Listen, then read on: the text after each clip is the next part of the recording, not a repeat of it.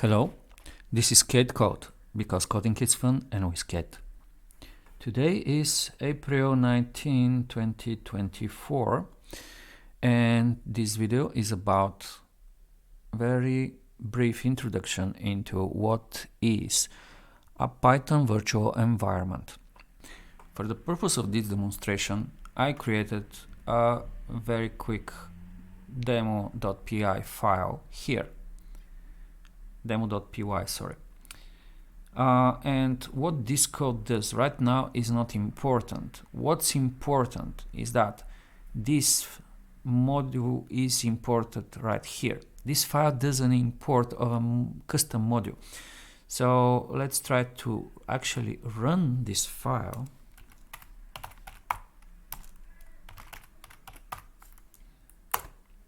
Okay, what do we get? No module named custom numbers. So we need to install it. However, what will happen if we start to install all the Python modules that we need in our main environment? Well, we are going to clutter the environment to the point where some modules might actually start to conflict with other modules. So do not do that. What you can do, this is where the virtual environment comes to help. So the virtual environment, as the name says, create a separate environment which is shielded from the main environment. Or to be honest, the new environment, the virtual environment, could use modules installed in the main environment, but the main environment will not be allowed to see the modules installed in the virtual environment. So we are going to create a little bubble where, let's say a sandbox, where we can do whatever we want to do, and this will not impact our main environment. Why this is good? Because we can mess our virtual environment in any way we want, and this will not mess our main environment. This will not break our main environment in any way. Okay, how to create a virtual environment? I'm going to demonstrate what is the current standard, which is the module called VENV. So to create a virtual environment, you need to learn only 3 lines. Only 3 lines. The first line will create the virtual environment. The second line will activate it. The third command will simply deactivate it. And once the virtual environment is created, you use only the second command and the third command to activate it and deactivate it.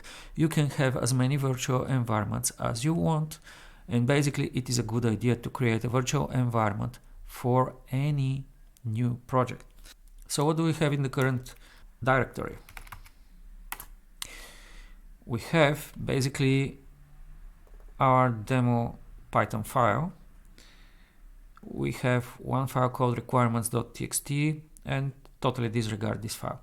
So basically we have 2 files. Okay. What is the requirement.txt file?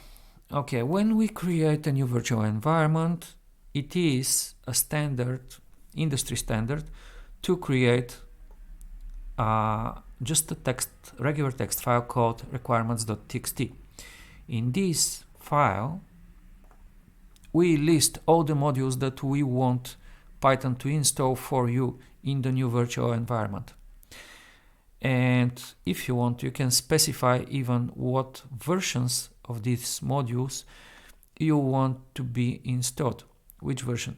And if you want, you can say specifically, I want only that version, or and any new version. Well, okay. Now you see that I have already 5 tools listed here. Why? Well, if you want to find out, just watch my previous video called the 5 tools that I always include in my requirements.txt file. However, this won't be enough, because our code actually makes import of this module here, which we don't have. Okay, so we copy this and put it here. The actual name of the package is custom numbers. What is custom numbers exactly? I'm going to show you in detail in another video. For now, let's save the file. We saved it. And now we have to create the virtual environment.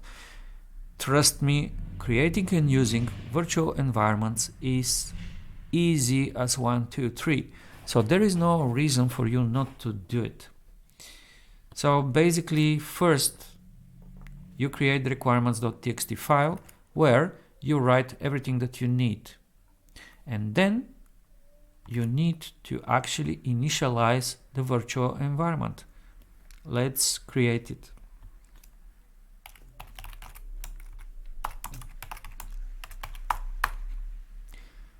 This is the first line, the first command that you need to learn. This creates the virtual environment. So remember, right now we have only 3 files in this directory. The command said nothing, but let me show you what it did. So now we have a directory called VENV. And what's inside? There are a few things, but because this video is aimed at beginner programmers, I'm not going to explain you the details of everything that just happened. What you need to remember is that this command, Python venv creates a virtual environment. VENV is short for virtual environment. This is a Python module. This is why we have the -m switch. In case you don't know, Python -m executes a module. And this basically is parameter for the module to run. So what we said here in this line is Python run the module VENV and pass VENV as a parameter. And basically this becomes the name of the new directory. This is all fine. Now we need to activate the new virtual environment.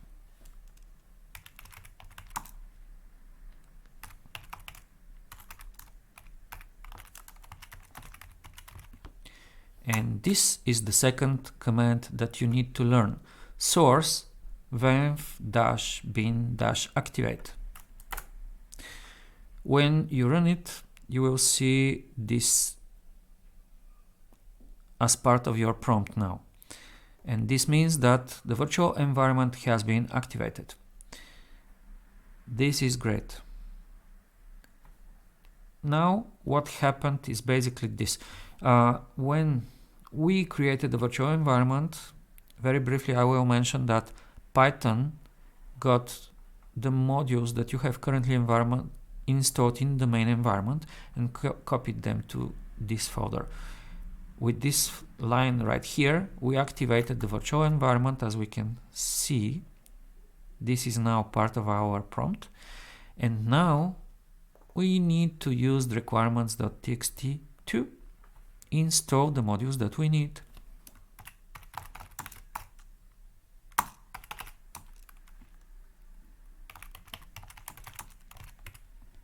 Great. This is another line that you need to learn. It says pip install -r means use the requirements.txt file and the contents of it.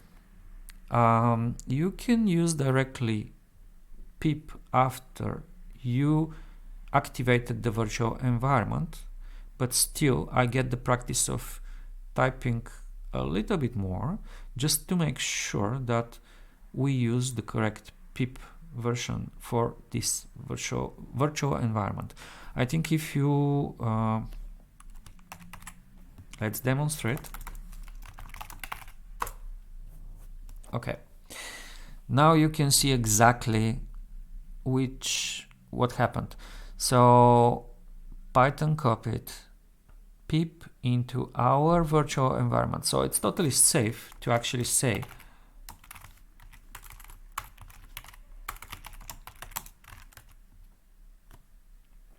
but I just have the habit of typing it all. Still, let's press enter.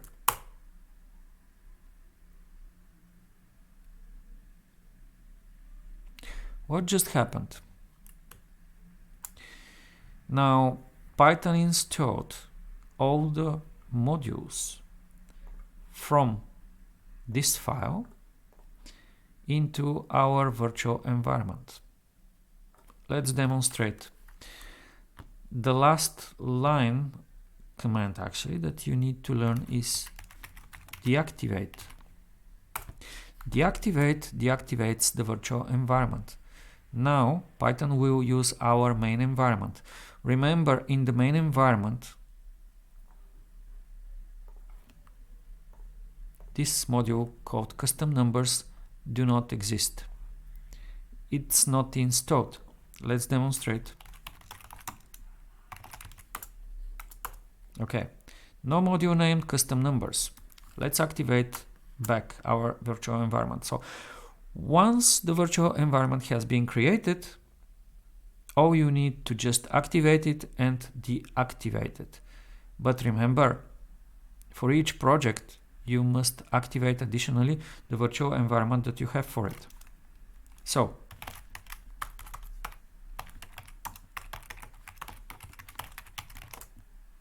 sorry. Okay, now let's run again. Okay, now we have no error. Why? Because this module is already installed. Let's demonstrate.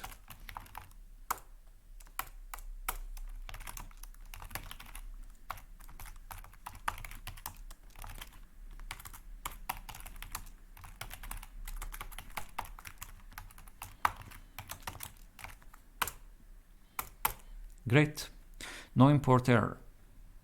So I just proved to you that this module from requirements.txt has been installed and it's active. So we can successfully run our piece of code. And finally, as I said, when we are done working on this project, and if we want to work on another project or simply stop working, always run deactivate. And if you need to work on another project, just switch the directory, or let's say it for Windows programmers, go to the other folder where the other project is, and again activate the virtual environment for this project. That's it. This is all you need to know about the Python virtual environments. Are they useful? Very much. Are they needed? Very much. Or you're going to mess up your main environment of your operating system. Do you need virtual environment, let's say when you use a Docker container? No, you don't, because the Docker container by itself is a separate environment, so you don't.